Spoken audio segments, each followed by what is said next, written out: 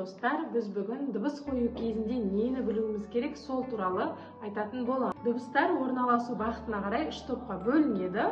Олар бірінші тіл алды дыбыстары, тіл арты дыбыстары және тіл ортасы дыбыстары болып үшке бөлінеді. Дыбыстардың орналасу бағытын білу өте маңызды, себебі алдыңызға келген баланың сөйлегенде қай дыбысты қай бағытта шығарып жатқанын білуіміз, ажырата алуымыз керек және ол балаға түсіндіре алатындай болуымыз керек. Мысалы, балаңыз ракета деудің орнына ғакета деп айтып жатса, сіз осыны ажырата алуыңыз керек. Бұл жерде баланың артикуляциялық аппараты, яғни тілінің орналасуы дұрыс емес. Сол себепті балаға дыбыс қоярдың алдында ол дыбыстың тілдің қай бөлігінен шығып жатқанын анықтап, балаға түсіндіру өте маңызды. Енді тіл алды дыбыстарына Т, Д, Ж, Ш, С, З, Ц, И, Л, Н, Р әріптері жатады.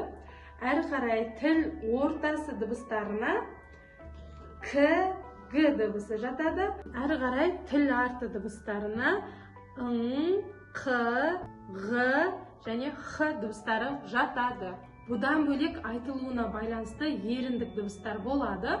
Олар М, Б, П, В дыбыстары. Және мұрындық дыбыстар болады. Оларға М мен Н дыбыстары жатады. Міне осылай кез келген баланың дыбыстарының қандай бағытта шығып жатқанын анықтауға болады. Келесі видеода дыбысты қалай дұрыс қою керектігін айтатын боламын. Ақпарат пайдалы болса, каналыма жазылып, достарыңызбен бөлісіңіздер.